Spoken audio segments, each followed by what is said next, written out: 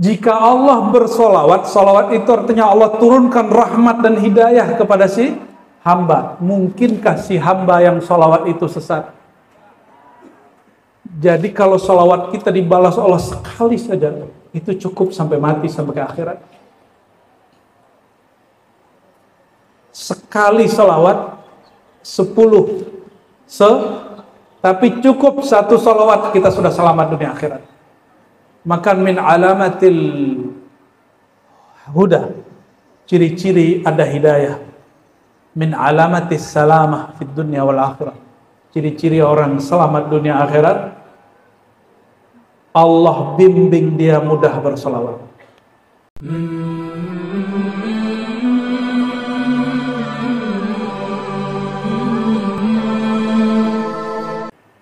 Satu kali Nabi Muhammad SAW di Mekah nih, masih muda, jalan di Mekah itu banyak pohon atau banyak bebatuan?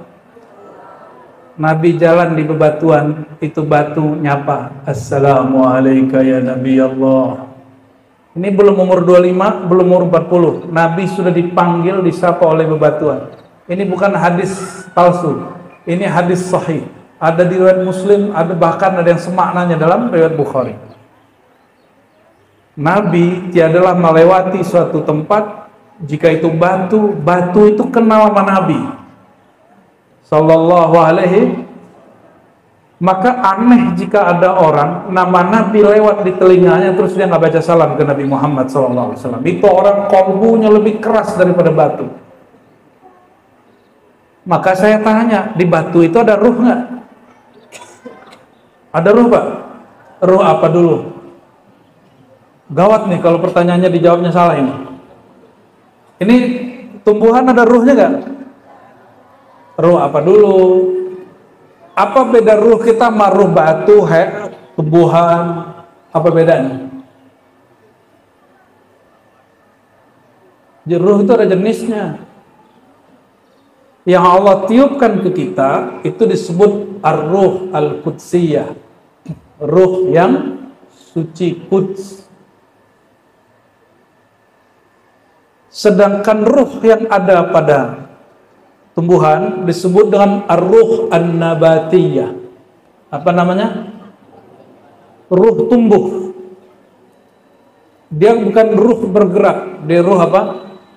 Ruh bergerak dikasih ke kita sama hewan, namanya ruhul hayawan atau ruhul hayat. Ruhul hayat. Nah, maka tikus pada gerak-gerak nggak? Curut-curut, tahu curut? Ya, tahu curut nggak, Dek? Kamu tahu nggak? Udah pernah gigit curut belum? Kalau pengen digigit curut, mau ketemu curut dalam mimpi, makan jangan cuci tangan. Pasti ketemu tuh. Ya, orang mau tidur mau ketemu Rasul, dia mau ketemu curut. Sallallahu alaihi sayyidina Muhammad. Yang ada pada binatang hewan itu namanya ruhul hayat, maka dia bergerak. Tapi mereka tidak dikasih ruhul quds. Yang dikasih ruhul quds, ruh suci, itu kita. Kalau di tembok-tembok, di batu-batu ada ruh nggak? Ruh apa namanya?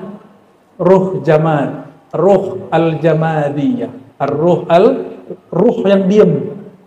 Maka ruh yang ada di batu, ruh yang ada di pohon, ruh yang ada di hewan, itu kalau jumpa Nabi SAW baca salam. Nabi lewat, dia kenal. Masa orang yang ditiupkan ke dalam dirinya ruh yang suci, dia disebut nama Nabi, dia nggak sholawat? Gimana, Pak? Itu orang lebih keras hatinya dari batu, lebih pelit dari para orang yang paling pelit. Pohon, Nabi lewat, itu pohonnya diluk dan baca salam. Ini bukan khurafat dan itu hakiki. Apa kata beliau? Marartu bihajarin, ma marartu bihajarin wala syajarin illa wa yusallimu alaihi. Tidaklah aku melewati pohon, bebatuan, gunung, kecuali semuanya menyampaikan salam kepadaku sebelum beliau diutus bertugas sebagai Rasul. Sallallahu alaihi. Berarti batu, pohon, Hewan sudah kenal Nabi Muhammad SAW. Ini yang dikisahkan di kitab Maulid. Di kitab Maulid disebutkan mukjizat irhasat Nabi. Irhas, kejadian sebelum beliau bertugas. Apa kejadiannya? Nabi SAW didatangin pohon-pohon, hewan-hewan. Ya. Ini ada yang percaya nggak Bapak Ibu? Pohon itu bisa dipanggil sama Nabi. Percaya nggak? Karena Nabi tahu siapa yang di dalam pohon. Kalau kita kan nggak kenal sama dia, pernah kenalan nggak sama pohon? Ya, satu kali Arab Badui, Arab paling ngaco, itu Arab Badui namanya. Nggak berpendidikan, tapi kalau cinta sama Nabi jangan ditanya. Arab Badui ini cintanya sama Nabi jangan ditanya, itu ngelewatin sahabat-sahabat yang sehari-hari sama Nabi Muhammad SAW. Apa kata Nabi ke Arab Badui? Badui, menurut kamu, dia belum beriman nih. Arab Badui itu dia senang sama yang ajaib-ajaib. Tapi kalau orang berpendidikan dia senang sama keilmuan. Ini bedanya. Jika pohon kurma itu aku panggil ke sini, kamu percaya nggak kalau aku utusan Allah? Ini dialog Nabi sama siapa? Badui. Kata Arab Badui, coba aja kalau memang ente Rasul Allah. Ya koplak memang Arab Badui ini. Ya. Dia Betawi udik gitu kali ya. Bukan Betawi kota dia. Nyablaknya nyablak lebih parah dari orang Betawi yang Betawi ora. Coba aja kalau emang ente Rasul, kira-kira begitu. Akhirnya Nabi bilang, disebutlah oleh Rasulullah SAW satu panggilan yang hanya beliau yang paham maksudnya. Tapi yang dizahirkannya, wahai kurma, wahai pohon kurma, ta'ali, kemarilah. Itu pohon kurma, kebayang nggak akarnya? Akar tunggang apa akar serabut? Akar tunggang apa serabut? Apa gabut? Itu akar apa? Bayangkan itu akar serabut, langsung dia naik ke permukaan dan di jalan. Beberapa tahun setelah itu kejadian, tempat itu masih ada bekasnya, tapi sekarang sudah nggak ada, udah ketutup. Bekas si pohon jalan. Itu pohon jalan ngapain Bapak Ibu? Pohonnya baca syahadat ke Nabi Muhammad SAW. Bayangin pohon baca syahadat ke Nabi. Masa di kita yang dirinya tumbuh berkat nur Sayyidina Muhammad SAW, kita nggak bersyahadat kepada Nabi Muhammad SAW. Nabi sore-sore suka belusukan Pak. Nabi ini belusukan bukan karena mau kampanye. Nabi ini belusukan karena beliau cinta umatnya Sallallahu Alaihi Wasallam. Semoga calon-calon yang lagi belusukan itu karena cinta Allah, cinta rakyatnya, amin. Bukan cinta dirinya. Dan semoga ya Allah menangkan orang-orang yang cinta dan rakyatnya. Amin. Ya Rabbal Alamin. Itu Nabi lagi belusukan. Ya. Tiba-tiba ada onta. Itu onta kurus kering penyakitan. Kebayang nggak orang banyak kerja, makannya dikit, kebayang nggak? Ini onta disiksa kerja setiap hari sama tuannya, tapi dikasih makan dikit.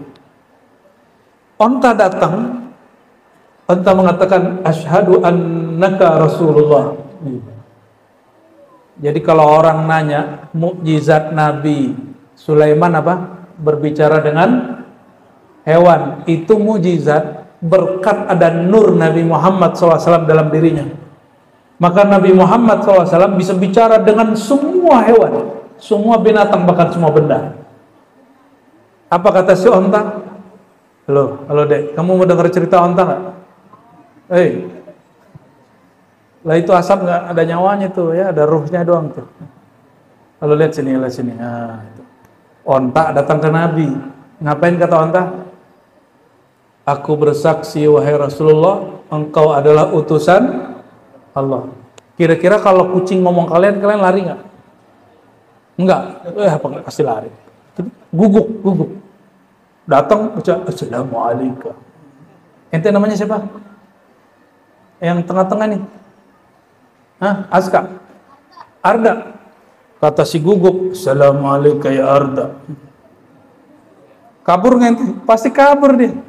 Cicak bunyi aja pada takut. Teman kita ingin belajar zikir, ketemunya dukun tapi berbaju ustad, dikasih wirid, denger cicak udah takut. Gimana didatangin Jibril? Bunyi cicak dikira, oh kuntilanak datang ya, salam.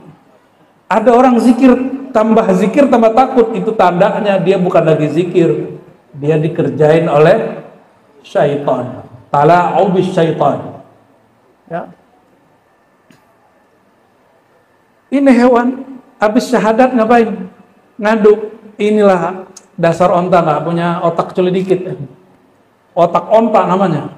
Kata si onta, ya Rasulullah, saya ini kerjanya banyak tapi makannya dikit. Akhirnya Nabi nanya, siapa yang punya onta ini? Disebutlah oleh orang kampung sana yang punya onta, yang pojok sana rumah. Maka Nabi datang ke rumahnya, nasihatin kamu kalau ngerjain, kalau memperkerjakan binatang, jangan lupa kasih makan, apalagi memperkerjakan manusia. Jangan telat-telat kalau ngasih gaji. Kalau perlu dibanyakin gajinya. Sayang sekali onta jumpa Nabi yang dikadukan masalah makan. Halo, ini kalau Bapak Ibu ini jumpa Nabi yang diadukan masalah apa? Rezeki. Ya Rasulullah, saya pengen mobil Avanza gitu. Ya Rasulullah, kalau bisa apa Jero, Bu Jero. Emang begitu? Solawat begini, ya saya ngelihatnya sama onta mirip-mirip. Zikir-zikir begitu, sama sikapnya onta mirip. Kenapa? Onta itu punya ruhul hayat, tapi nggak punya ruhul kudus. Dia nggak punya ruhul, maka dia syahadat ke Nabi SAW, tapi dia nggak menambah makrifat ke Nabi Muhammad SAW. Ketemu Nabi yang dibicarain perut.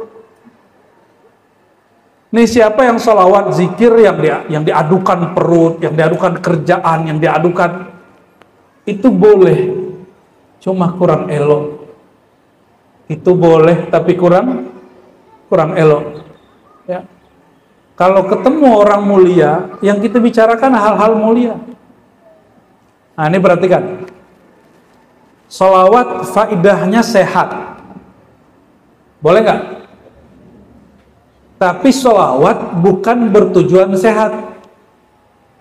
Sholawat rezeki lancar. Tapi sholawat bukan berniat melancarkan rezeki.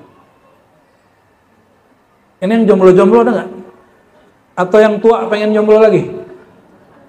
Sholawat biar disenengin orang. Ada nggak begitu? Wah, itu sholawat pelet namanya. Sholawat apa?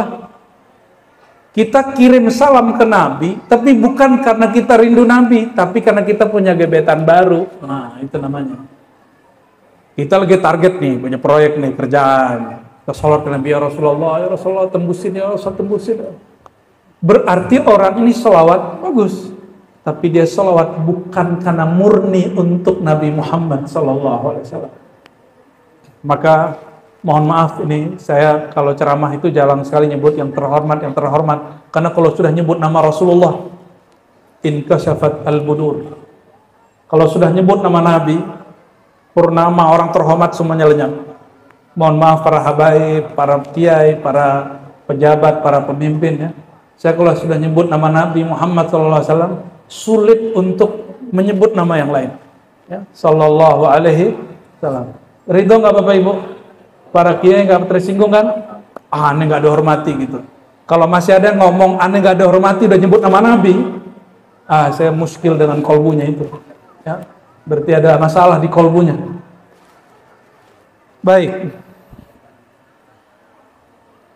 Nabi ketemu batu ngucapin salam, ketemu pohon ngucapin salam, ketemu onta ngucapin salam. Maka para sahabat nanya, ya Rasulullah, ya Rasul, kami tahu cara ngucapin salam kepada engkau. Ini secara harfiah, maksudnya kami tahu baca assalamualaikum.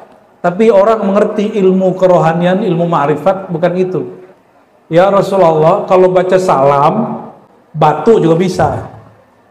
Hewan juga bisa. onta juga bisa, pohon juga bisa.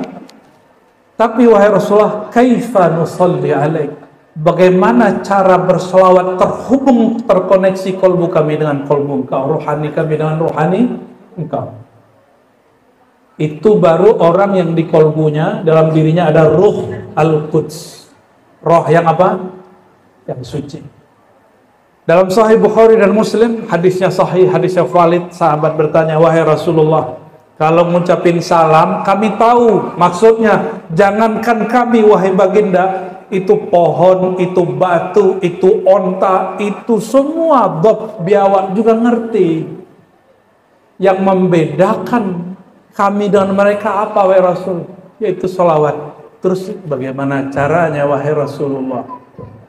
Lalu dijawab oleh Nabi Muhammad SAW, katakanlah, bacalah Allahumma sholli ala Muhammad. Kalau di hadisnya nggak pakai Sayyidina, ya. Kalau di hadis nggak pakai. Kira-kira kalau pakai Sayyidina bid'ah nggak? Halo. Kalau pakai Sayyidina bu bid'ah nggak? Enggak. Enggak aja. Dalilnya mana? Karena beramal mesti pakai dalil. Dalil itu ada dalil tertulis, ada dalil hidup. Mau dalil hidup nggak? Mau dalil hidup? Saya mau tanya, lebih mulia kitab atau kiai?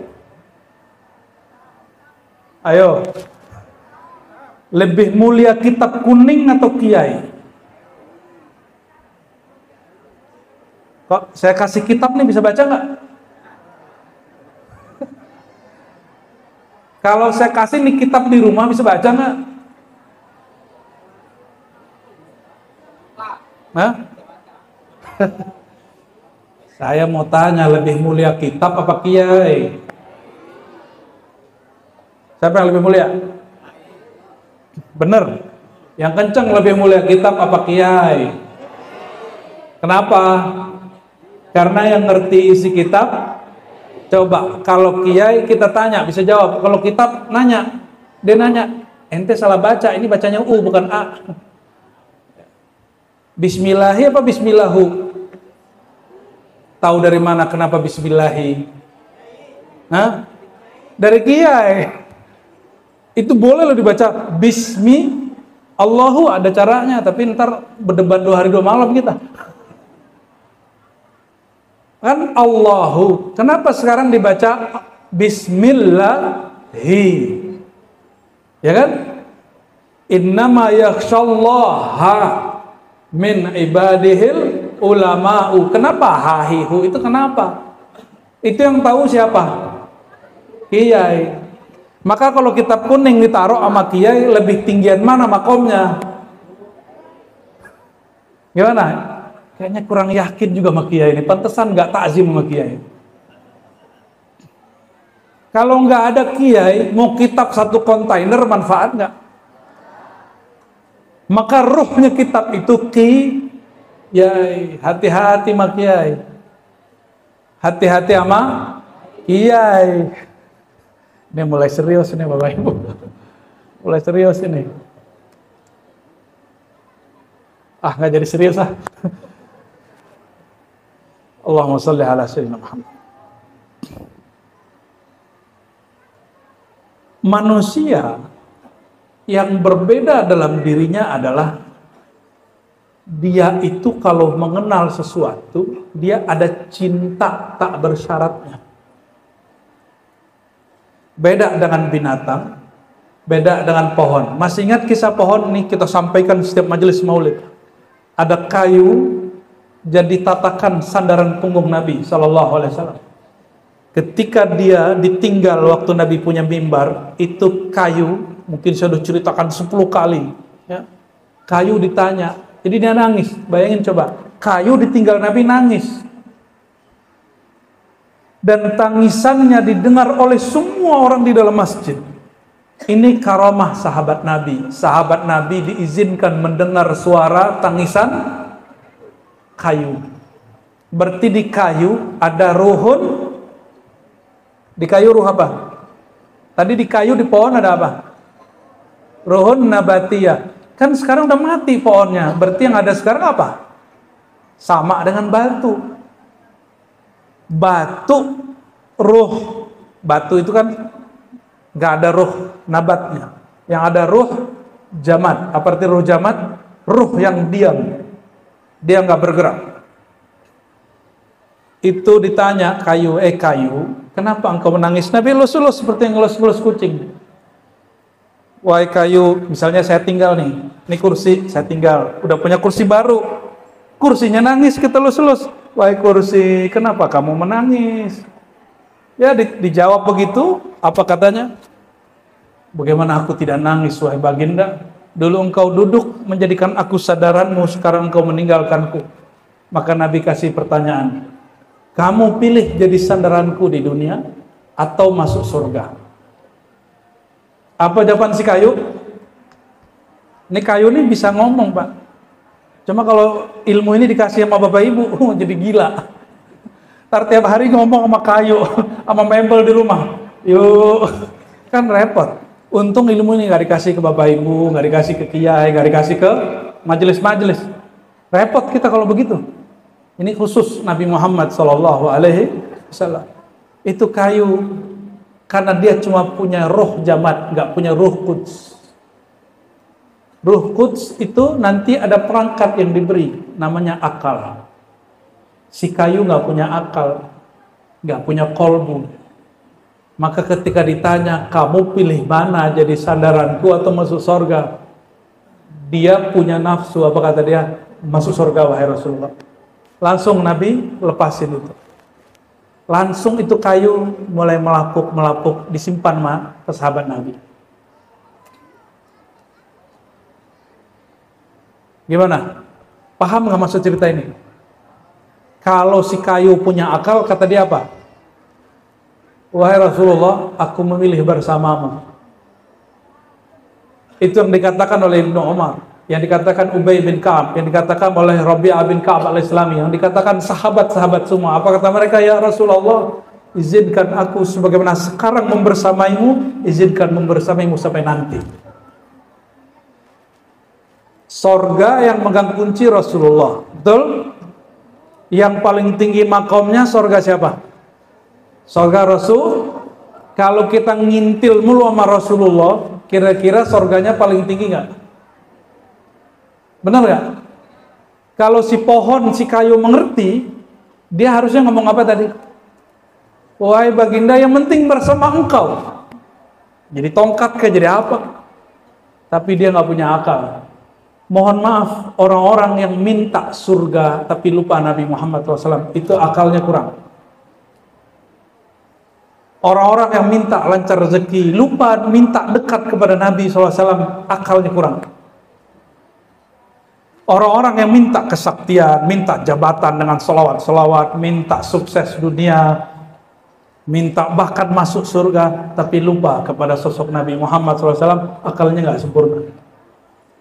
Akal dia tidak, dia berakal tapi tidak sempurna. Mau sempurna nggak akalnya? Mau sempurna? Serius? Beneran? Mulai hari ini kalau salawat tanpa syarat. Bersolawat karena Rasulullah SAW layak disolawatin. Bersolawat menyampaikan salam dan solawat kepada baginda SAW karena Allah dengan cintanya bersolawat ke Nabi tanpa syarat. Masa kita bersolawat ke Nabi pakai syarat? Coba perhatikan. Ayat kita sudah hafal semua. Innallaha wa malaikatahu yusholluna ala nabi. Allah malaikat salat ke Nabi. Allah salawat ke Nabi supaya rezeki lancar. Hah? Emang begitu? Allah salawat ke Nabi supaya sehat. Allah salawat ke Nabi supaya rezeki lancar, supaya sehat, supaya proyeknya jebol, supaya bertambah ketuhanannya. Kan enggak. Kan enggak. Oleh karena itu bersolawatlah, tirulah cara solawatnya Allah walaupun kita nggak sanggup.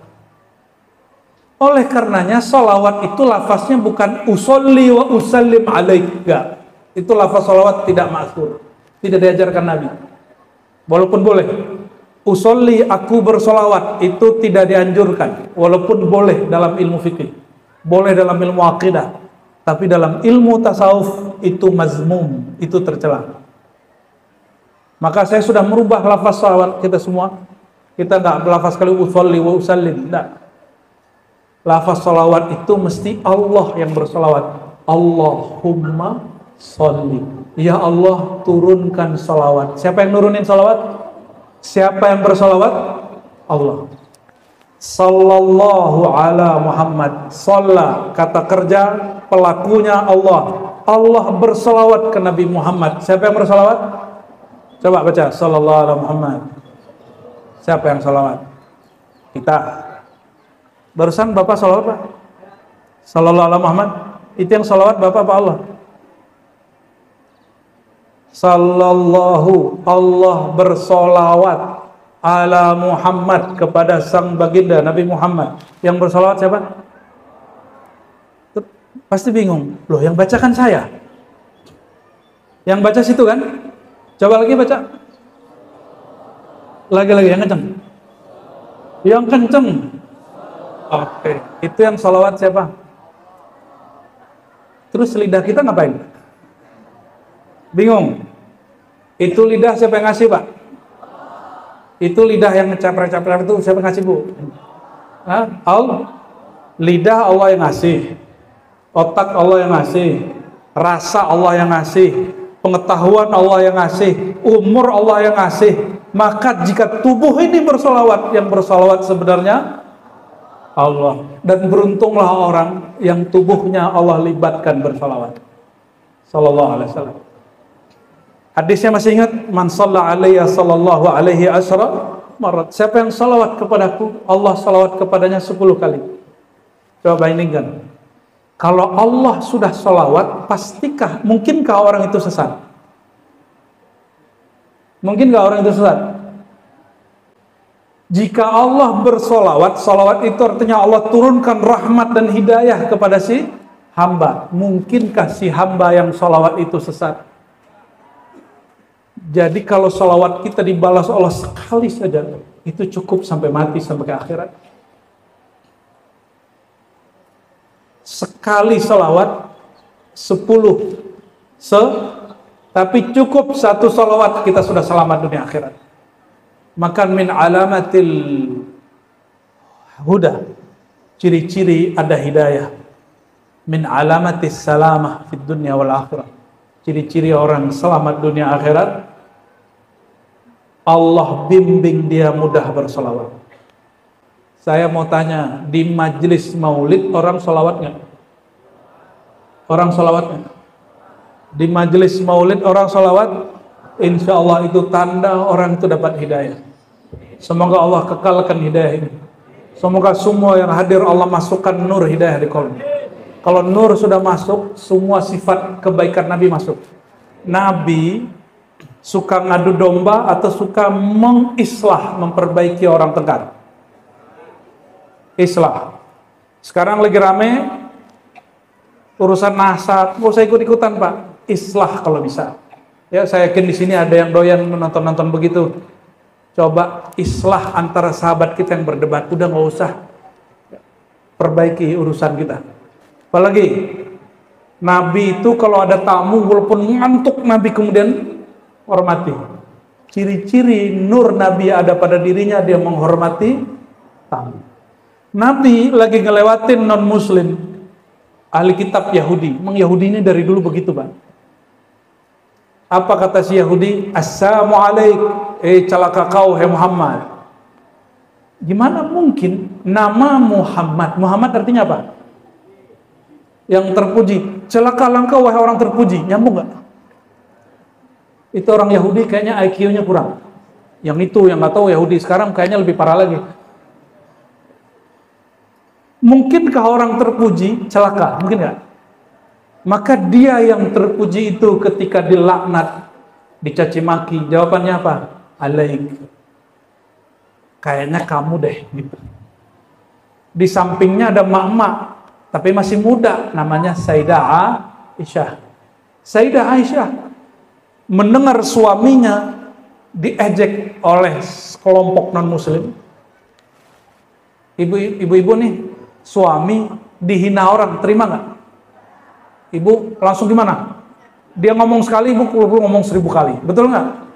Jadi saya maklum lah kenapa Sayyidah Aisyah ini marahnya bukan main. Apa kata Sayyidah Aisyah? Alaikassalam wal la'nah. Kalianlah yang terlaknat, yang sial, wahai Yahudi. Nabi langsung ambil.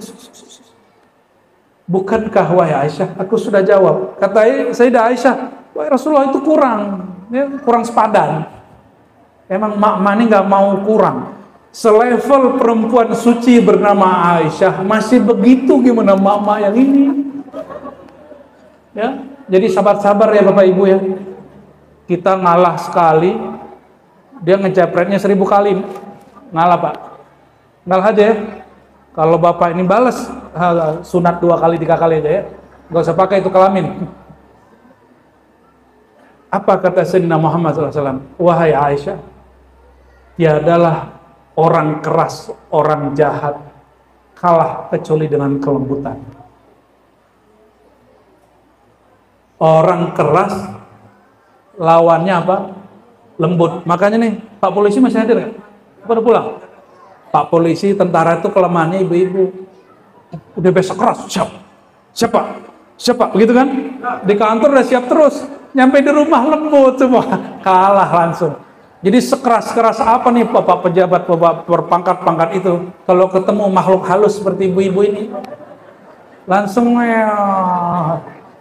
Jadi saya kalau ngisi di markas-markas dulu, sekarang udah jarang ngisi-ngisi kita di markas-markas tentara polisi itu ngomong, Buya, boleh nitip nggak? Nitip apaan? Cara main dong bini-bini kita. Lo maksudnya apa? Galak. Lo bapak-bapak yang galak sama anggota ini kalah galak sama ibu-ibu. Allahumma sholli ala sayyidina Muhammad. Ya, ternyata kelemahan orang-orang yang berbaju keren itu makhluk halus yang ada di rumahnya. Nabi Muhammad itu sallallahu alaihi wasallam, kolbunya, kalamnya lebih halus dari semua perempuan, tapi tegasnya lebih kencang dari semua panglima. Disiplinnya lebih disiplin dari semua leader-leader yang ada. Jadi beliau ini bisa nempatin dirinya. Jadi Bapak Ibu ini jangan lembek terus, jangan juga kasar terus. Ada saatnya kita tegas, ada saatnya kita halus. Udah mau jam 11 Pak. Bapak Ibu yang berkahan Allah, saudara-saudariku, ini kabar gembira bagian terakhir yang mau saya sampaikan. Ciri-ciri orang yang dapat hidayah, diundang maulid, diundang sholawat, dia datang. Karena yang mengundang sholawat itu bukan Pak pengurus. Yang ngundang maulid, innallaha wa malaikatahu yusholluna 'alan nabi ya ayyuhalladzina amanu shallu alaihi wasallimu taslima. Langsung pengumuman di Quran surah Al-Ahzab, wahai orang beriman, Allah bersalawat, malaikat salawat. Maka semua orang beriman diundang, wahai orang beriman, bersolawat dan salamlah kepada Nabi Muhammad. Ya. Dan irsyadul halik, dan membimbing orang-orang yang binasa. Orang-orang yang, jadi yang jalannya belum jumpa, ya, dirinya belum dia kenal, maka sangat baik membaca ini. Jadi ini kitab bagus untuk pemula, Al-Halik, bagus untuk yang sedang jalan salik, dan juga sangat baik untuk yang sudah wasil, orang yang sudah wusul kepada Allah SWT. Semua kalangan. Kenapa? Ayat yang sama dibaca oleh orang berbeda, maknanya beda nggak? Sama. Buku yang sama dibaca oleh orang yang beda pendidikannya, beda nggak? Senyumnya sama, tapi satu teman, satu musuh, itu beda nggak? Teman nganggap senyumnya sedekah nih, kalau musuhnya nganggap ngenyek ini, ya, ini menghina nih dia, tuh dia itu senyum tuh, dia menghina aku tuh, gitu, merendahkan. Jadi kejadian yang sama, teks yang sama, interpretasinya akan berbeda, ya. Dan semoga kita termasuk yang dalam perbedaannya satu, yaitu sama-sama ingin menuju ridha Allah Subhanahu wa ta'ala. Bismillahirrahmanirrahim. Qal, ini fasal kedua. Ini yang punya cuma Buya Yunal ya. Dan itu pun dipinjemin ke Ani lagi. Nggak ada PDF-nya. Udah bagi ke grup tuh, bagi ke grup ya. I'lam ya faqir anna sahib as-sidq al-haqiqi huwa alladhi ya'rifu ar-rijal bil haqq la man 'arafa al-haqq bil rijal. Ini kaidah. Bagaimana cara mengetahui al-haq, kebenaran? Dari kelompoknya. Oh, kalau Gus Dawami, oh, gitu, Gus Dawami ya. Kalau Gus Dawami yang berpandangan itu pasti benar. Kalau Buya Aldomi kan dia dokter, masa dia salah gitu. Banyak kan yang ngomong gitu. Polemik apa aja hari ini yang kita simak di beranda-beranda sosial media kita, orang sering akan kalah dan akan tidak menemukan al-haq ketika dia ngomong gini, masa Ibnu Hajar salah? Masa Bukhari salah? Anda sudah mendewakan imam di atas makomnya. Imam itu bukan nabi. Dia bukan orang yang terima wahyu. Berarti mereka boleh salah? Boleh salah. Ya, masa mursyid tarekat berdosa gitu? Ada yang pernah ketemu gitu nggak? Masa kiai melakukan yang nggak pantas? Loh, secara sosial betul itu masalah, tapi secara teologis, secara akidah, secara spiritual itu sangat mungkin terjadi. Ya, tapi kita berdoa Allahumma sallimna ya salam ya min kulli aibin wa auratin wa syarrin wa fahishatin ma dhahara minha wa ma batan.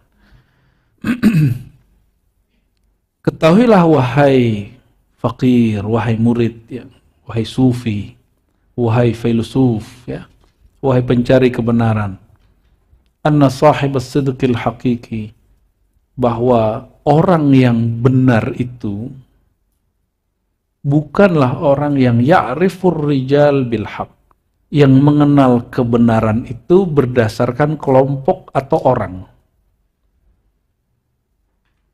Tapi ya, la man arafal haq birrijal ya. Tapi kita kalau ingin tahu al-haq itu gimana caranya? Kita harus mengenal al-haq itu sendiri apa, kebenaran itu apa. Dengan itulah kita mengenal orangnya. Jadi mengenal kebenaran bukan melalui orang-orangnya, tapi melalui ilmu al-haq itu apa aja. Maka kita ambil ilmunya, kita lihat, kita sorot kepada orang. Jika pada mereka ada, berarti mereka ahlul haq, rijalul haq. Jika tidak, ya nggak masuk.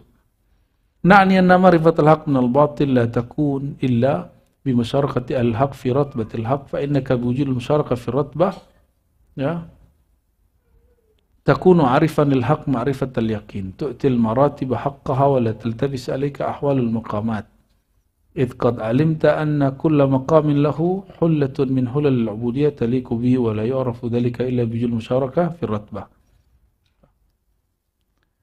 Ahlul haq itu mereka punya persepsi. Kalau kita nggak sampai kepada persepsi mereka, kita akan nggak mengerti apa yang mereka pikirkan. Ya, oleh karenanya, kalau ingin menjadi rijalul haq, ahlul haq, bukan meniru performan orang itu, tapi mempelajari isi dari kisi-kisi kebenarannya.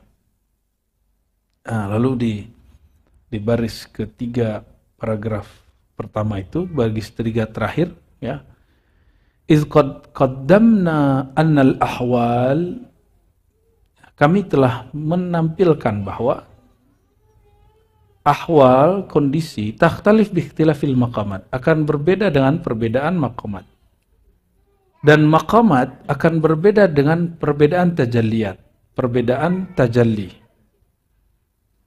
Tajalli berbeda dengan cara dia menatap qawabil. Nah, ini intinya. Maksudnya apa? Apakah Ibn Arabi lebih benar daripada Hallaj? Apakah Hallaj salah, Junaid benar? Apakah Shibli lebih oke daripada Hallaj? Apakah Sunan Kalijaga lebih benar dari Syekh Siti Jenar? Apakah Syekh Siti Jenar lebih kenal Allah daripada Sunan Kalijaga? Apakah begitu? Apakah Ibn Arabi kurang wusul dibandingkan Ahmad Sirhindi? Wah, masuk ya? Sorry. Jadi gimana ya? Ghazali, apakah dia lebih salah daripada Ibn Rushd? Apakah Ibn Arabi dengan wahdah mutlaqah, bukan wahdatul wujud, wahdah mutlaqah, itu tidaklah sampai kepada level Ahmad Sirhindi dengan wahdatul syuhudnya? Atau yang berbeda itu hanya persepsi mereka tentang wahdah, kesatuan. Gitu ya. Maka beliau kasih kalimat. Ada hal, ada makom. Ada hal, ada makom. Hal itu pemberian Allah. Kalau makom, usaha hamba. Pemberian Allah itu akan berbeda tergantung hambanya istiqomahnya berapa. Seberapa istiqomah seseorang melatih akalnya, maka dia akan diberikan pemahaman yang lebih dibandingkan orang lain. Seberapa istiqomah seseorang melatih kolbunya, maka dia akan diberikan rasa yang lebih daripada yang lain. Seberapa istiqomah seseorang melatih ototnya dengan cara apa ya? Fitness, apa namanya lagi, workout, yoga, stretching, sport, olahraga, terabas, apa lagi? Ada yang nyengir di belakang. Itu tergantung seberapa intens dia melakukan dan latihan itu. Maka Allah berikan kekuatan yang lebih kalau orang istiqomah. Maka berkali-kali kalau ketemu nih Dawami, ketemu siapa nih, Farel, Fajar, lain-lain itu, kalau ketemu semuanya, saya tanya, udah berapa jam baca kitab? Udah baca kitab apa aja? Udah selesai baca kitabnya belum? Itu hanya untuk nge-push kemampuan membaca. Karena doktor, profesor, kiai, buya, ulama, itu produk keilmuan mereka tergantung S1-nya ngapain. Atau kalau yang nyantri, 3 tahun terakhir dia di pesantren waktu aliyah, dia ngapain aja. Itu sangat berefek. Nah, kalau mahasiswa, 4 tahun waktu S1 itu ngapain aja. Jangan nunggu S2 loh. Kita dibimbing-bimbing, dimanjain itu cuma S1. S2, S3 itu udah dibantai-bantai aja tuh. Kalau nggak mau S2, S3, nggak apa, S1-nya benerin. Ya, kayak Bu Asfi kan udah nggak mau sekolah lagi. Udah nyusul katanya. Ya, S1 demo. Ya, ini dia. S2 dikata-katain Bu Asfi kan.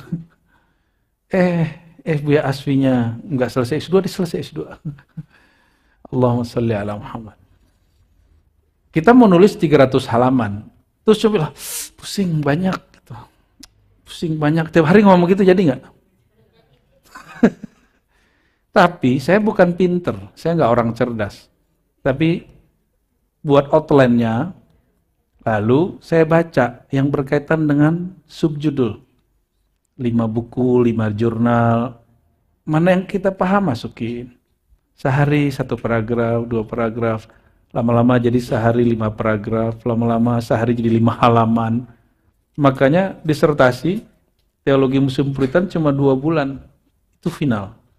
Ketika diserahkan ke Prof. Azra, tidak ada koreksi sama sekali, langsung tanda tangan. Alhamdulillah, itu Prof. Azra paling sering ngomong gini, ini stupid mistake. Betul nggak bahasa Inggrisnya begitu? Ini kesalahan yang bodoh sekali, konyol gitu ya. Dan alhamdulillah nggak pernah digituinnya kecuali waktu proposal. Proposal saya masuk, wah itu kita ditelanjangi. Mulai dari paragraf pertama sampai paragraf terakhir, itu hampir semuanya ada ejekan-ejekan yang bermakna. Ya, jadi kalau guru itu ngejek murid, murid jadi alim. Kalau Dawami ngejek temen nggak jadi, berantem. Ya.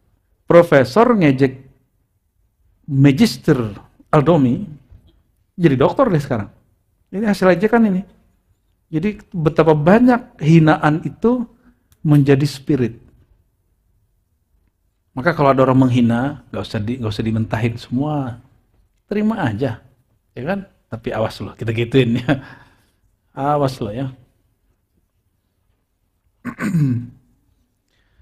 Jadi ada ahwal, ada maqamat. Kalau orang rajin melatih analisa akalnya, maka akal itu cara ngelatihnya gimana? Wajib belajar mantik. Mau ahli debat, belajar mantik, ya. Karena mantik itu seperti nahwu atau gramatikal dalam ilmu bahasa.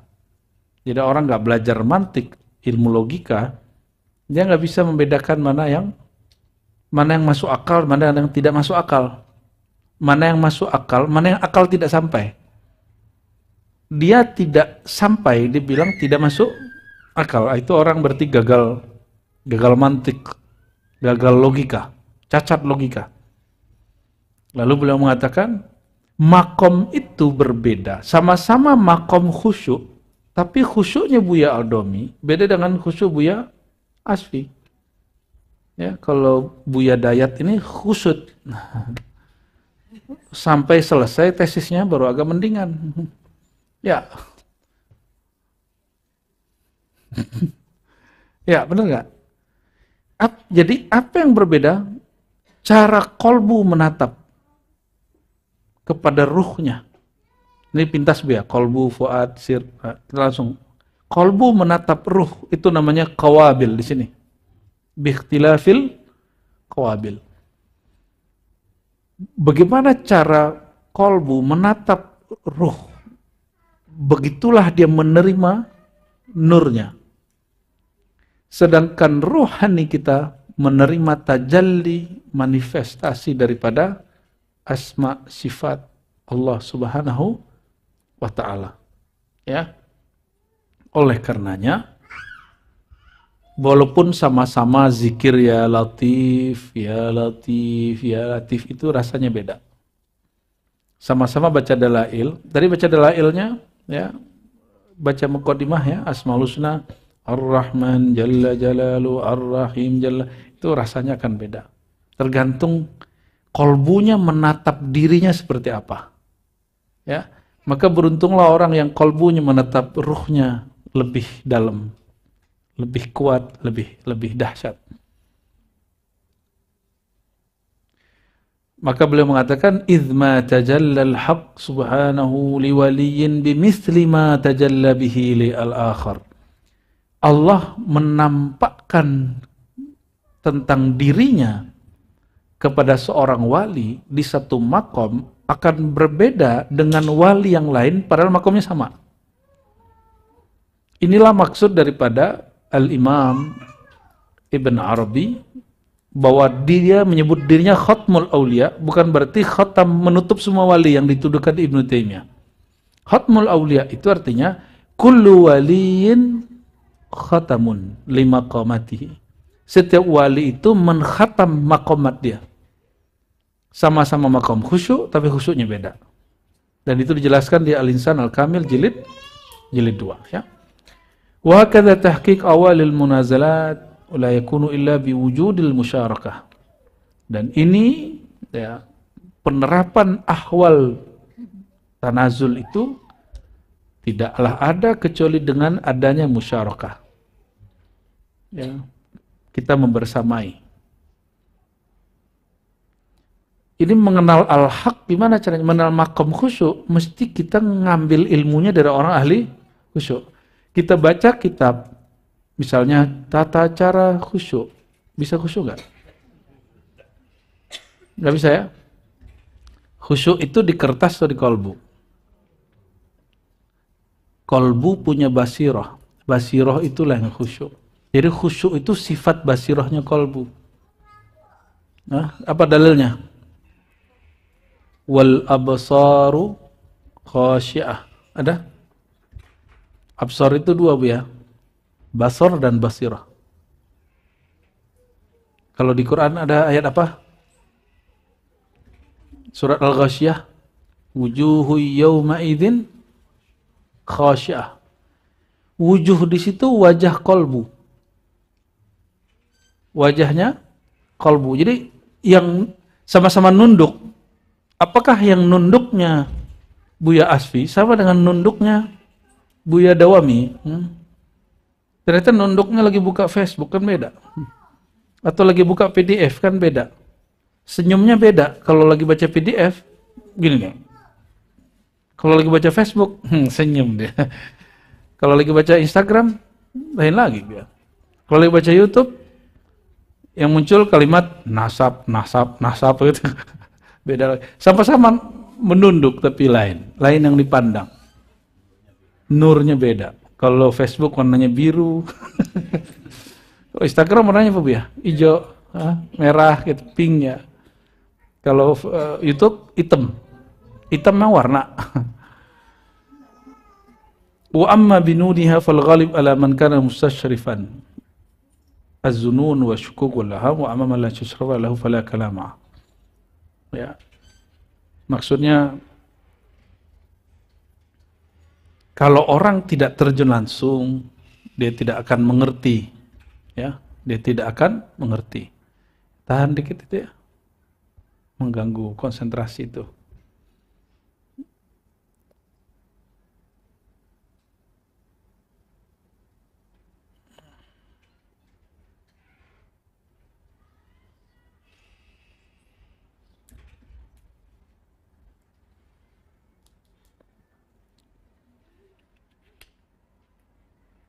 Fal faqir as-sadiq. Maka murid sejati, penuntut ilmu sejati, sufi sejati, fakir di sini maksudnya sufi sejati, dia tidak memahami khusyuk, zikir hebat, suluk segala macam itu dengan kata orang, tapi dia ngalamin sendiri, hasil yang dia alami itulah yang kemudian tasdiknya. Jadi bukan dulu ayah saya, ibu saya, guru saya belajar ini, kata mereka ilmu ini benar, itu belum itu, ya. Al-faqir as-sadiq siapa? Alladzi kharaja min ribqat taqlid. Yang keluar dari taklid buta lalu dia merasakan sendiri. Ya. Wa sara yamuddu bi 'uyunihi al-mutafajjira min qalbihi bihaythu yukirru kull halin yarah min ahli baladihi alladhi huwa fiha wa hadha huwa alladhi 'arafa ar-rijal bil haqq falam yaltabis 'alaihi syai'. Antum nih, ada orang ngomong belajar tarekat tuh gila. Belajar tarekat gila. Terus gimana? Gak belajar? Cobain dulu. Benar gak? Cobain? Ya. Karena itu kata orang yang dia tidak pernah belajar dan tidak pernah gila. Dan orang-orang yang gila, yang kita kenal gila hari ini, nggak pernah belajar itu. Ya kan? Coba tanya sama orang gila, dulu lu belajar ini tarekat nggak? Ada nggak? Kan nggak juga. Coba datang ke, kita jujur ya, antum jujur. Coba datang ke rumah sakit jiwa, cari mana mereka yang gila karena belajar tasawuf. Kebanyakan yang gila itu karena bangkrut, kelilit utang, gagal nyalek, gagal jadi apa? Jadi bupati bu ya. Itu jadi tidak ada yang sebenarnya karena tasawuf. Yang ada dia gagal, lalu dia stres, dibawa orang belajar tarekat, lalu yang kena tuduh tarekatnya. Itu kejadian di sini, ya. Ya Yunal dulu ngerti ya kejadian itu ya. Ada orang masuk UIN gila, di sama temannya dibawa ke Wonosobo, nggak tahu belajar ke mursyid siapa, tarekat Naqsyabandi, tambah gila. Itu semua kaifiat zikir diapal, tapi apa yang terjadi? Orang kira, oh begini ya orang belajar tarekat ya. Waktu saya lihat, ini bukan orang gila, apa mabuk. Nih kita kasih tahu, Laila Majnun, ya. Kalau yang dimaksud Majnun di situ, Gilanya para arifin itu ada. Itu maksudnya tergila-gila. Tergila-gila itu karena saking kenalnya atau karena saking dia tidak mengenal? Karena saking dia mengenal, saking warasnya. Maka orang yang paling waras di situ si Majnun itu. Kenapa? Dia paling mengenal siapa yang dia layak dicintai. Fakullu arifin majnun, maka semua orang kenal Allah itu gila. Ya. Dan Nabi dituduh gila. Itulah orang gila paling mengenal Allah. Ya, tapi nggak boleh kita sebut Nabi Sayyidina Majnun, itu nggak boleh ya. Karena Nabi dituduh gila. Ya kan? Majnun, kahin, mashur. Jika orang seperti sosok Sayyidina Muhammad itu gila, itu orang gila paling baik. Ya. Maka tidaklah buruk kata gila itu dalam konteks tasawuf. Ya, sampai ada buku Laila Majnun. Kif? Ada kalam khatir wala sahih? Sahih wa huwa khatir. Ya, nanti ente tulis lagi Nabi gila kata Ar-Razi gitu ya. Kacau itu ya. Orang mengatakan bahwa minum madu itu merusak badan. Enggak enak. Tapi antum minum madu setiap hari dan badannya sehat. Ikut kata orang pakai ikut pengalaman sendiri. Nah, orang bertarekat itu dia menemukan kebenaran dengan pengalamannya sendiri. Ini yang disebut menemukan kebenaran bukan lagi dengan taklid. Gampang toh keluar dari taklid? Kata guru kita, kalau baca Quran, zikir, hatinya tenang. Coba zikir sendiri, tenang artinya? Enggak. Harus ngambil dulu ilmu tenang itu, ilmu zikir dari ahlinya, baru tahu tekniknya. Di Quran ada kalimat misalnya madu itu obat, coba minum 1 drum langsung mati atau langsungnya itu ginjalnya rusak, livernya rusak.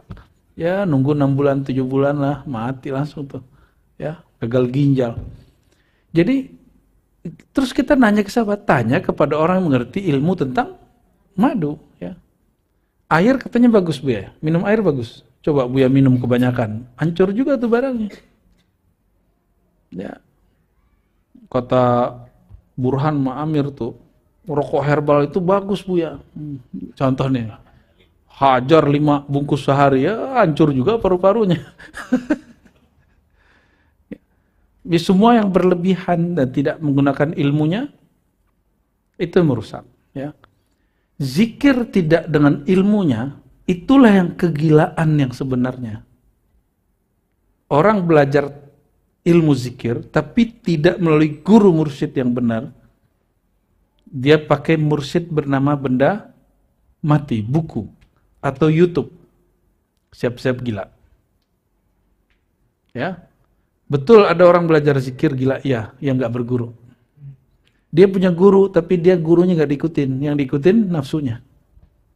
Dan kita sudah banyak menemukan orang-orang yang, bukan banyak juga sih, beberapa orang yang menyimpang dari ajaran gurunya, lalu dia menjadi majnun ya. Majnun yang hakiki, bukan majnun yang sifati ya. Oke, gimana cara supaya keluar daripada taklid? Alami sendiri. Alami. Tentu ini bab al-haq ya, bukan kemaksiatan. Kata orang itu maksiat, jahat, jelek. Coba dulu ah. Itu tarekat Suwekiyahnya Datuk Dodo itu ya.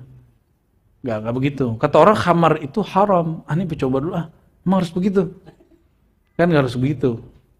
Ini bab al-haq ya, kebenaran. Oke, kita langsung ke halaman 24. Bismillahirrahmanirrahim. Al-haq ja'ala rijalan fil wujud miftahan li asrari. Al-haq kebenaran itu, atau bisa juga al-haq itu Allah yang maha benar, menjadikan orang-orang yang benar sebagai apa? Di wujud, di alam semesta, miftahan kunci untuk mengenal Allah, rahasia Allah. Jadi siapakah yang memegang rahasia-rahasia ketuhanan? Rijalul haq. Rijalun la tulhihim tijaratun wala bay'un an dzikrillah. Orang yang ma'rifatullahnya tidak terganggu dengan aktivitas dia, mau dosen, mau bisnis, mau bekerja, mau apapun kerjaan antum itu urusan sendiri. Tapi tidak mengganggu kemarifatan dia kepada Allah SWT. Nah, orang yang tidak terganggu itu ma'rifat dia sejati. Kenapa? Orang begini, orang mengalami sendiri dan dia tidak terganggu dengan isu-isu orang di luar. Jadi kenapa orang terganggu? Karena dia tidak mengalami. Ya. Kalau dia mengalami, apapun kata orang, dia cuek aja. Ya. Ini kayaknya kebawa alam yang di atas tadi nih Bu ya. Pembahasan filsafat tadi itu ya. Kita turun-turunin lagi nih. I'lam ayyuhal faqir anal haq jalla jalaluhu qad ja'ala rijalan fil wujud miftahan li asrari wa asbaban lil wusul. Dan yang kedua, rijalul haq, orang yang mengalami jalan kebenaran, menempuh jalan kebenaran, Allah jadikan sebagai asbaban lil wusul. Asbab seseorang sampai merasakan rasa bertuhan. Ya. Ila hadratihi, sampai kepada hadirnya rasa bertuhan. Hatta anna ahadahum law nazara ilaihi min man balagha an-nihayah fil kathafah wasala min hinihi ila alamil latafah. Kama qala sallallahu alaihi wasallam, inna lillahi rijalan man nazara ilaihim nazara sa'ida sa'adatan la yashqa ba'daha abada.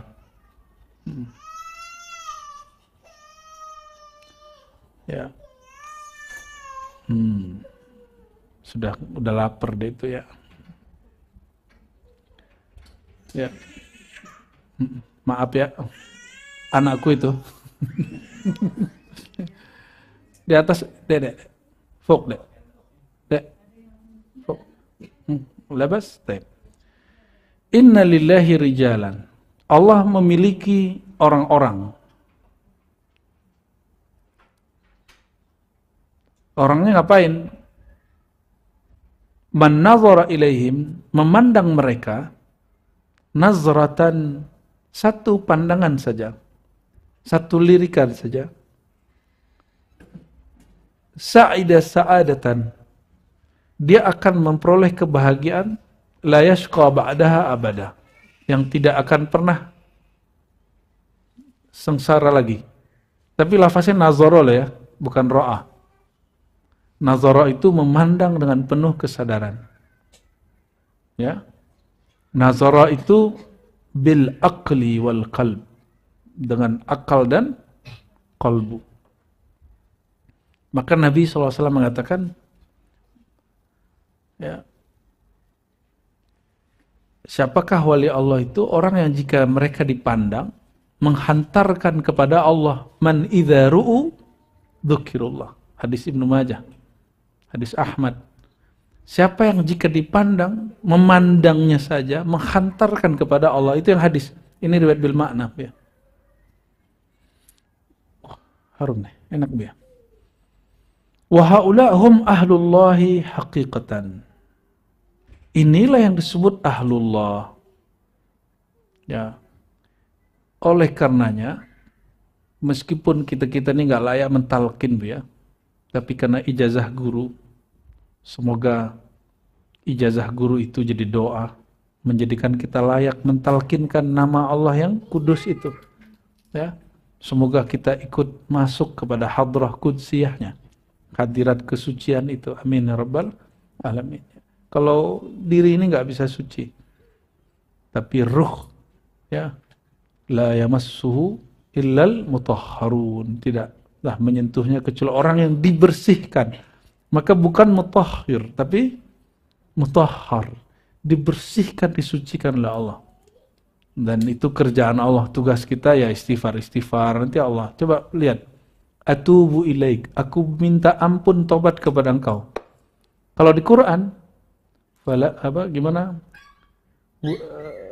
Setelah Nabi Adam terusir, ya, fataba ilaih. Dulu kita mengira ya, taba itu fa'ilnya Adam. Ternyata fa'il di situ Allah. Fataba alaih. Lalu Allah menerima tobatnya. Itu terjemahan kita, tapi lafaz aslinya Allah bertobat kepadanya. Jadi Allah pun bertobat dalam Quran. Gimana tuh? Sesat nggak Bu ya? Ismu Tawwab, Allah Maha bertobat. Tapi terjemahan kita Allah Maha menerima. Apa yang dimaksud taubatnya Allah? Apa maksudnya taubatnya Allah? Allah menerima kita ini kotor gitu. Dan Allah memaafkannya, itu tawab. Ya. Siapakah yang menerima kita setelah mengetahui aib kita? Maka orang itu dapat tajalli pancaran nur Allah tawab. Itulah guru. Itulah gurulah yang terima murid setelah dia tahu kekurangan murid. Karena si guru ini dapat guidance dari Allah yang bernama At-Tawwab. Gimana? Kalau kita punya teman, pas udah temenan, ada aib, ada kesalahan, ada ketidaknyamanan, dia nggak temenan lagi sama kita. Malah kasih tahu, lu jangan temenan sama dia tuh, hati-hati tuh, gua temenan udah 3 tahun orang nggak beres. Gitu kan?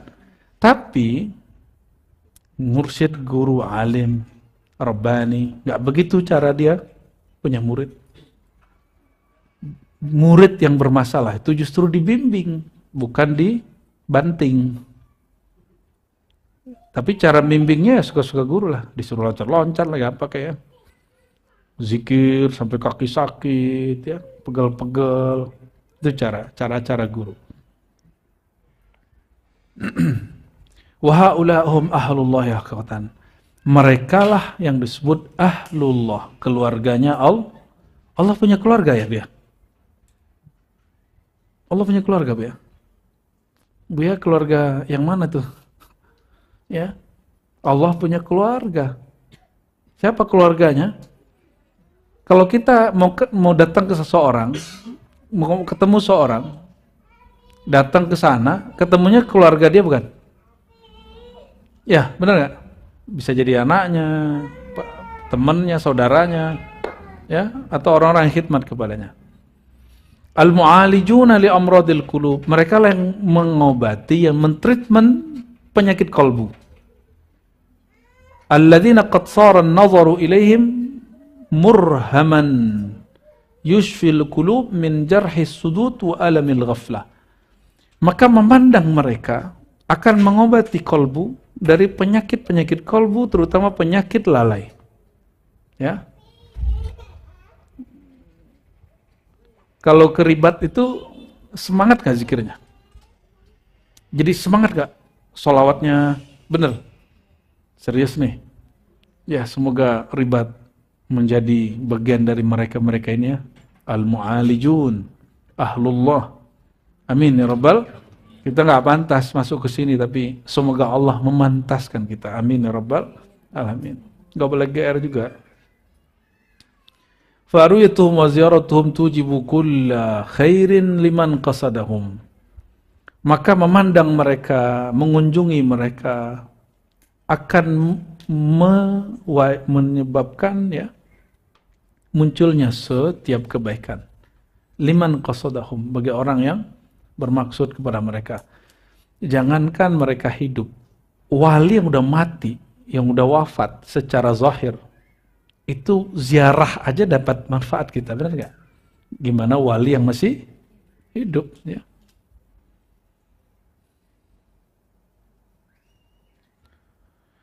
فإذا ظفرت بالوصول إلى منهل الصفا فالتزم الأدب وعظم الحرمة حتى تنال ما تطلب. Kalau kamu sudah mendapatkan ya, akses untuk usul, ya, maka terapkanlah adab Ya, pakailah adab. Azimil hurmah, besarkan cara menghormati, hatta tanala ma tatlub, sehingga engkau mencapai apa yang engkau tuntut. Waqad kan Syekhuna Maulai Abdul Wahid Dabbagh. Jadi beliau punya mursyid namanya Abdul Wahid Ad-Dabbagh, ya. Abdul Wahid Ad-Dabbagh, ya. Beliau salah satu pemegang sanad tariqat, ya, Syadziliyah. Ya.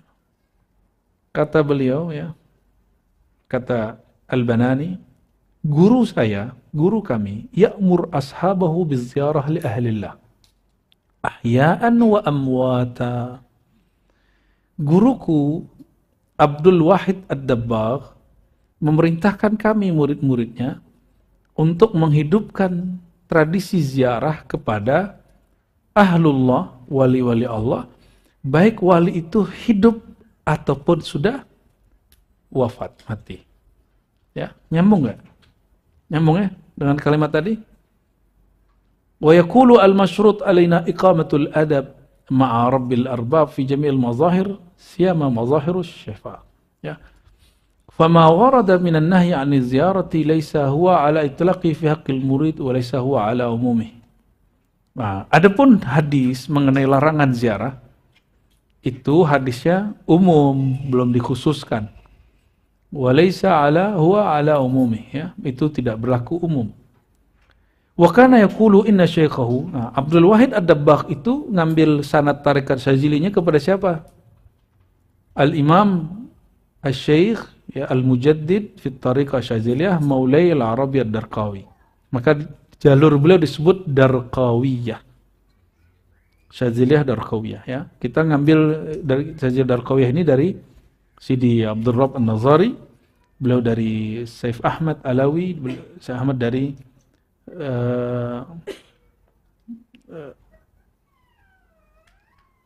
Ahmad Mustafa Al-Alawi. Ahmad Mustafa Al-Alawi, nanti ke atas dia dapat 2 jalur gabungan dari Darqawiyah, ya, dan beberapa sanad lain. Ya. Kata kakek gurunya Maulai Al-Arabi Darqawi, ya, kana mazhabuhu al-amra biziarah. Salah satu yang diajarkan beliau, yang menjadi mazhab kurikulum dari tarekat beliau adalah berziarah. Ya. Ini kan ada yang ngajarin begini, saya ziarah dari sini aja gitu. Ada yang gitu nggak? Ziarah batin aja, oh beda. Itu ente sombong bener itu, ya. Ya, jangan sering-sering begitu. Ya. Betul, rohani bisa ketemu rohani. Kalau rohani kita emang udah nyampe di situ. Emang udah nyampe? Datanglah. Ya. Kalau gitu gak usah ziarah ke Nabi kan? Dan gak usah juga haji kalau gitu. Kenapa? Haji pakai kolbu aja. Kan gak begitu. Haji itu kan maknanya qasd wa ziarah. Menyengaja datang untuk berkunjung. Umroh artinya berziarah untuk memakmurkan. Ya. Wa kana yahuddu ala ziyaratil akabir. Tuan Syekh Maula Al-Arabi Darqawi yahuddu, selalu menekankan pentingnya menziarahi para wali. Siapa aja yang diziarahi? Nah, ini kan di Maroko, ya. Mereka ini tinggalnya di Maroko. Pengarang kitab ini di Maroko. Semoga nanti ada masa kita ziarah ke Maroko. Amin ya rabbal alamin. Gimana Bu ya? Ada aja. Kalau Nabi mengatakan al-umrah bainal umrah, ya. Umrah dan umrah gimana? Kafaratun lima bainahuma. Dan juga ada bahwa antara umrah dan umrah dapat menghapuskan kefakiran. Ya. Sama, ziarah, antara ziarah dan ziarah, orang kalau semangat mau ziarah, dia pasti rajin mencari dan menabung. Ya. Syekh Maulana Abdul Salam Ibn Mashis. Yang dikunjungi siapa aja? Ada jalur Prasazili, yaitu Abdul Salam Ibn Mashis, yang salawatnya kita nukil di dalam kitab di Mutiara Hikam bagian akhir. Itu sholawat Masyisiyah, salah satu wirid yang paling disukai oleh Imam Abul Hasan Asy-Syadzili. Ibnu Masyis ini ada yang baca dia Ibn Bishish ya. Ini Imam Syadzili nyari wali ke Baghdad. Kata wali di Baghdad, ngapain kamu ngaji di sini? Gurumu ada di Maghrib. Sedangkan dia di Maghrib Aqsa. Sedang yang guru ini Maghrib Adna. Maghrib Adna itu kayak Aljazair, Tunis. Ada Maghrib pojok. Nah, itu Maroko hari ini. Nah, gurunya di Maghrib pojok itu. Ibnu Masyis ya. Beliau ini wafatnya tahun 622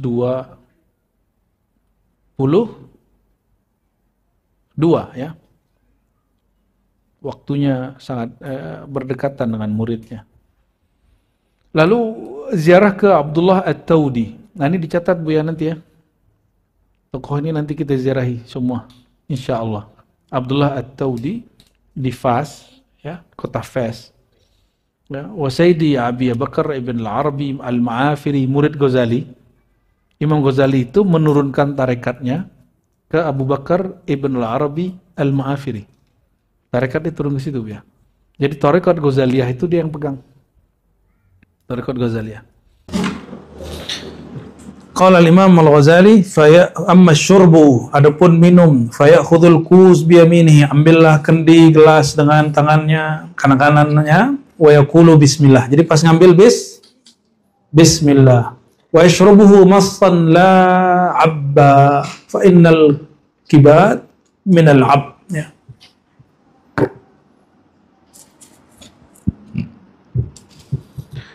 Kalau minumnya jangan blup blup blup blup. Itu kasihan perutnya. Minumnya pelan-pelan. Minumnya pelan-pelan. Massa itu mohon maaf seperti bayi nyusu dari ibunya. Itu bayi minum gimana? Atu-atu nggak? Kayak Putri Solo. Itu jangan kayak Popeye ya. Ya anak-anak sekarang nggak tahu Popeye. Nggak, itu cukup di kartun atau di film-film, nggak ada begitu. Sayyidina Talut apa Jalut ya? Talut itu punya pasukan 313. Sebenarnya itu pengulangan aja ya. Dulu tentara Talut di zaman Nabi, tentara Ahlul Badar. Itu Ahlul Badar sebelum nubuat Nabi Muhammad SAW. Talut punya pasukan ribuan. Nggak punya air, nggak punya apa-apa. Terus dapat wahyu. Kalau nanti ketemu sungai, nggak boleh minum bluk gitu ya. Kayak iklan-iklan itu ya. Iklan-iklan itu kan kayaknya keren banget ya. Sampai habis gitu. Sampai bunyi gini. Gerak-gerak lagi di sini. Ngeri kali itu. Iklan itu menurut saya tidak mencerdaskan. Itu iklan justru tidak mendidik dengan baik. Karena mengajarkan orang cara minum yang tidak baik. Gimana Bu Dokter, sepakat? Bu Dokter nggak sepakat, nggak apa-apa, saya sepakat dengan Ghazali. Dengan hadis Nabi, hadis Abu Daud. Ya. Lalu, ketika mereka sampai di sungai, ribuan orang itu nggak sabar. Semuanya bilang, nggak apa-apalah, masa Talut pelit amat. Masa begini dia tahu? Kan nggak kelihatan juga kita minum banyak-banyak. Ya, yang boleh gimana? Ambil pakai terus langsung minum. Itulah dalil sebagian ulama kita, kalau wudhu, sisa yang di tangan boleh diminum. Itu dianjurkan. Sunnah. Itu dari kisah itu. Yang melakukan itu cuma 313 orang, maka mereka nggak kesetanan, nggak kehewanan, nggak kebidatangan. Cuma itu. Itu rahasia orang kalau minum dari air wudhunya. Nggak kesetanan, bisa bakar setan dalam dirinya. Cuma 313 orang. Itu semua orang pada ketiduran. Jadi ternyata banyak minum ini membuat kita gampang ngantuk. Jadi ngantuk-ngantuk nih kebanyakan minum tuh. Apalagi ente minum tua. Minum yang halal bisa bikin orang ngantukan. Gimana kalau minum yang haram gitu. Terus 313 ini cuma minum pakai, berarti sedikit. Kita itu nggak perlu air banyak.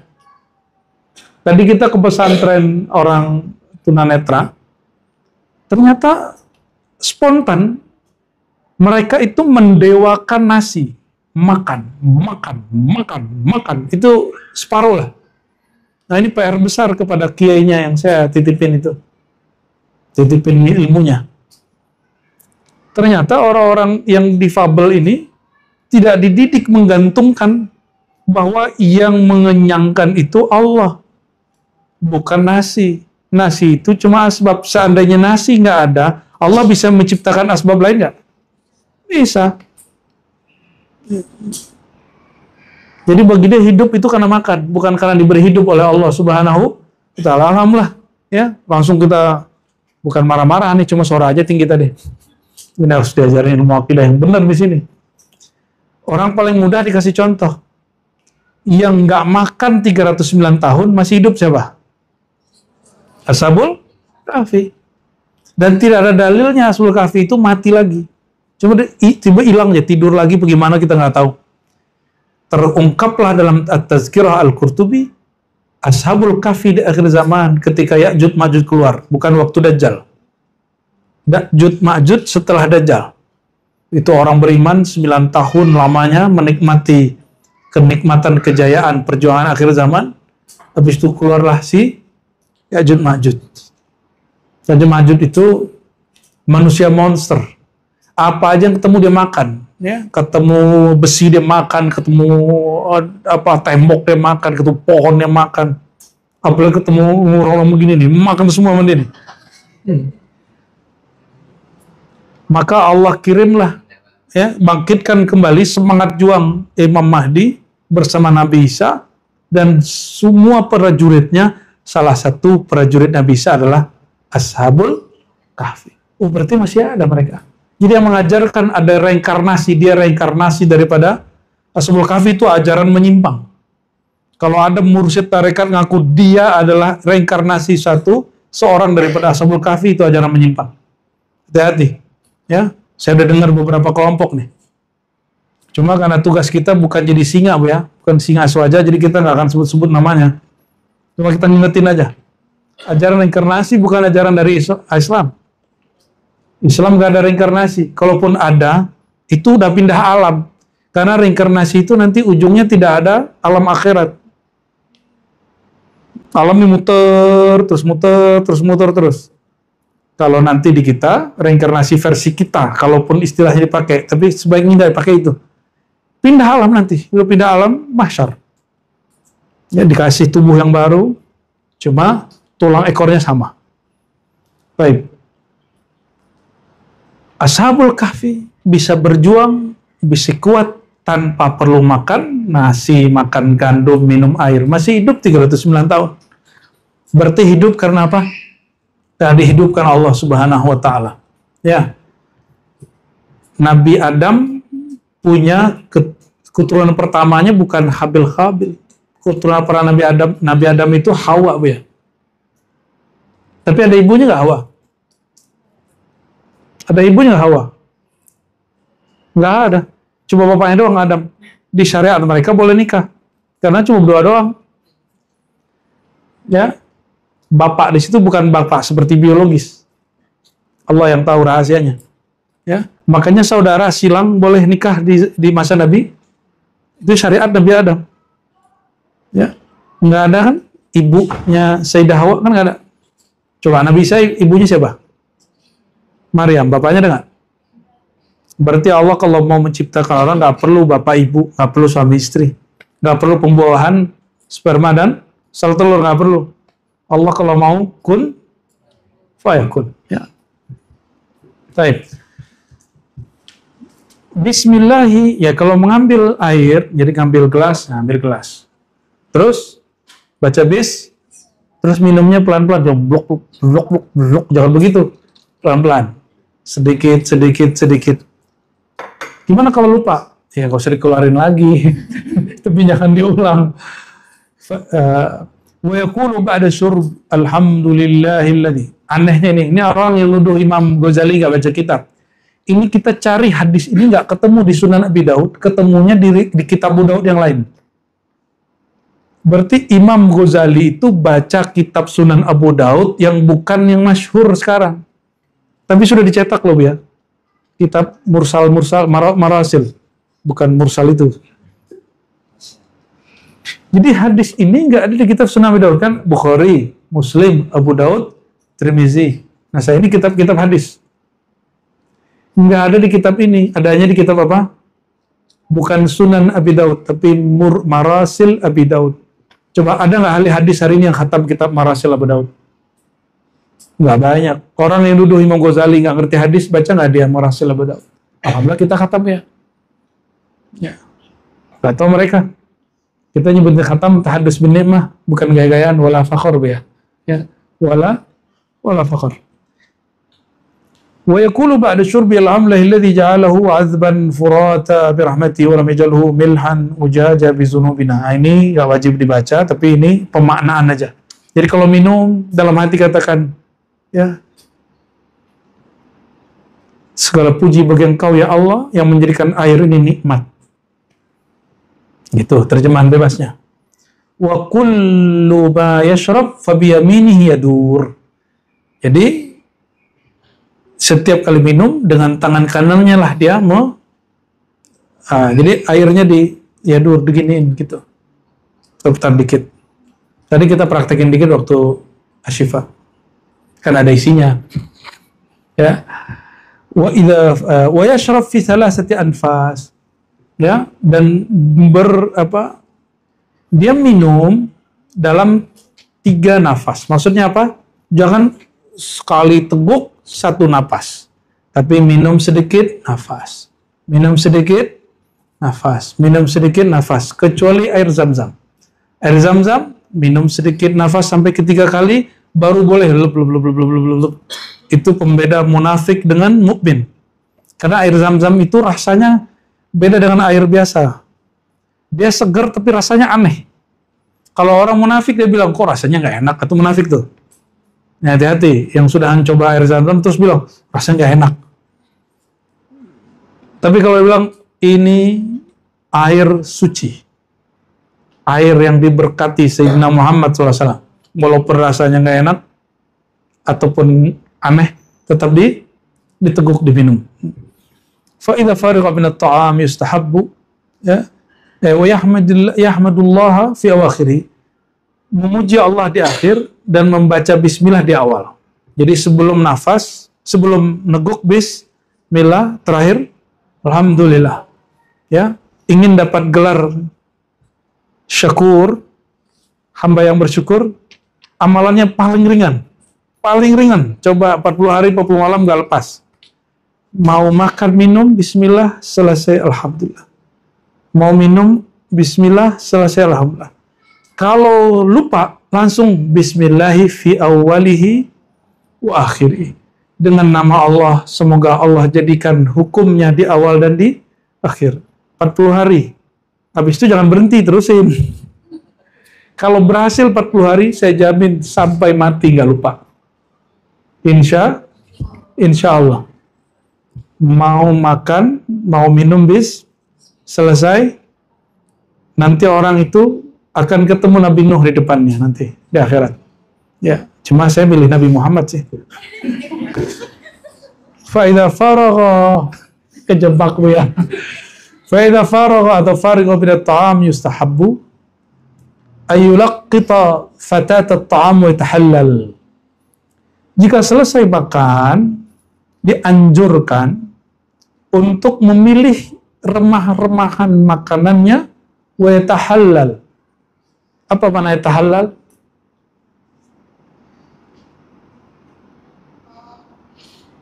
Yatahallal itu bisa berarti menjadikannya halal, dimakan lagi. Bisa jadi diambil, dikumpulin terus dia makan, atau kalau kotor memang kita kemudian dikumpulkan di tempat yang kotor aja. Ya kalau sudah kena debu ya jangan juga dimakan. Itu jorok namanya.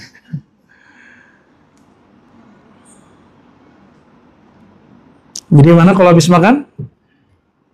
Ya, pungut. Kalau emang udah kotor, kumpulin di tempatnya, jangan dibiarin.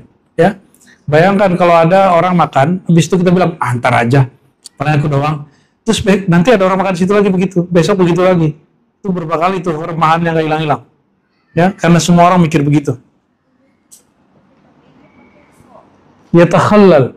Oh, yatakhallal dimakan. Itu cetakan dalam negeri ya? Kayaknya lebih keren yang cetakan dalam negeri. Cetakan siapa tuh? Darul Kutub Islamnya? Wah, lebih keren ya. Kalau sini yatahallal. Jadi yatakhallal itu gini, ambil kan lengket-lengket. Ada yang lengket di tangan nggak? Ini kalau makannya nggak pakai sendok, pakai jari. Terus ya, tapi jangan depan lawan jenis ya. Bisa bikin ilpil.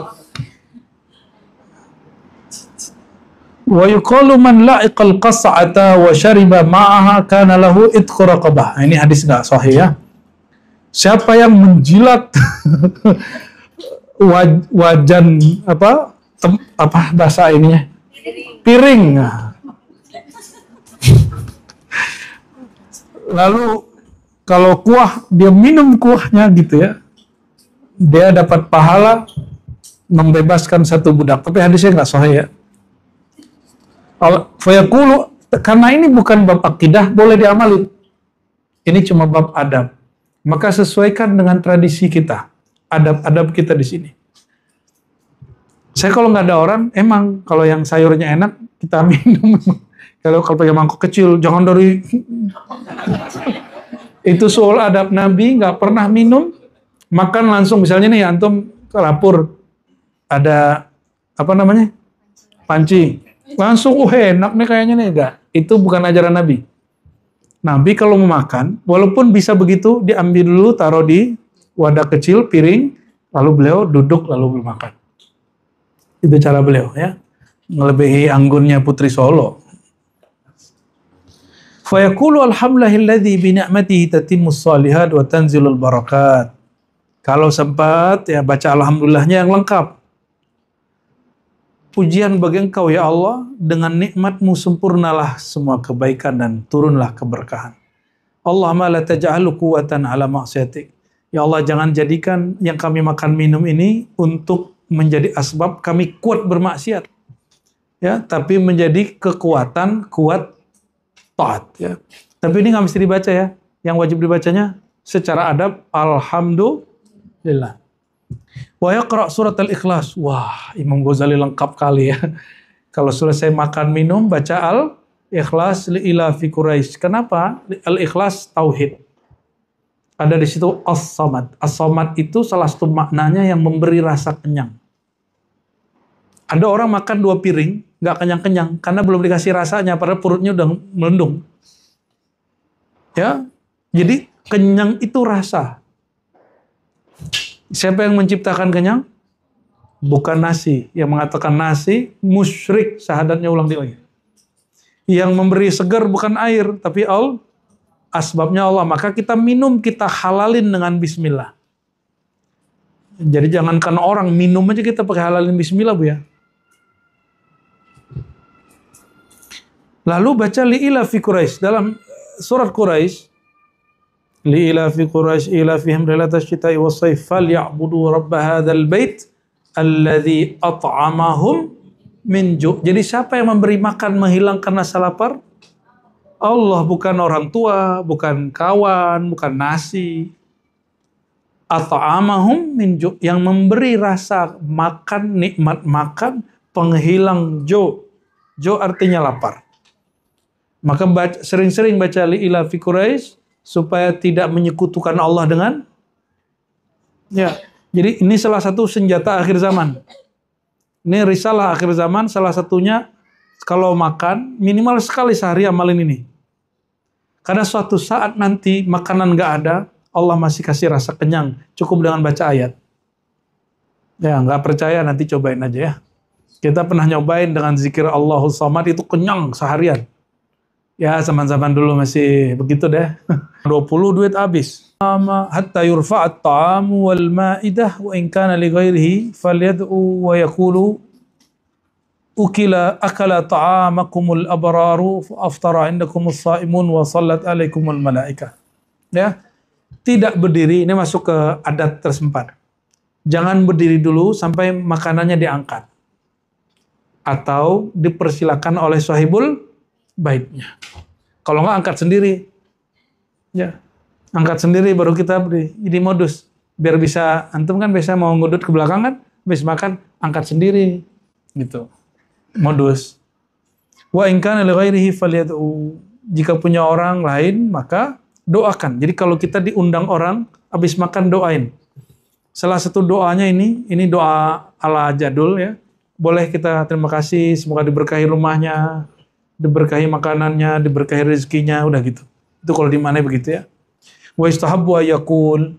Dianjurkan membaca alhamdulillahilladzi at'amana wa saqana wa kafana wa awana sayyidana wa maulana sayyiduna wa maulana thumma yutammim ghassala yadahu famu.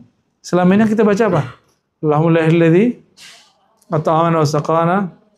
Nah, itu versi lain. Terima kasih ya Allah yang telah memberi kami makan dan minum dan menjadikan kami muslim. Ya, kalau di sini memberi makan minum mencukupi kami ya dan memberi hilang rasa haus kami sayyiduna wa maulana yaitu Allah taala. Lalu cuci tangan dan kumur-kumur. Ya, jadi jangannya hati nih kalian nih yang ngerokok. Ini sunnah ininya kok udah hilang. Sunnah apa namanya? Siwak. Bau lah itu. Pasti bau. Numpuk baunya itu di mulut. Apalagi dia ada tarnya, pasti lengket itu. Jadi kalau antum ngerokok, wajib bersiwak. Ya, ntar siapa yang jualan lah jualan di sini nggak apa-apa, sudah siwak nggak apa-apa juga. Jadi yang ngerokok wajib kalau enggak ya bawa alat KitKat kita, bawa alat untuk gosok gigi. Jangan rusak majelis dengan bau rokok. Saya maka selama di majelis ya, kecuali majelis emperan. Kalau di majelis yang begini, saya nggak pernah mau kecuali bau-bau yang harum begini. Kita nggak berkenan. Ya. Kalau ada orang dia tetap ngerokok, biar kita yang keluar. Ya. Saya begitu di surau-surau nih, di surau kampung atau kalau di Jawa ntar ya. Kita bilang jangan ngerokok. Ini majelisnya maunya harum-harum. Dia tetap ngerokok, ya sudah.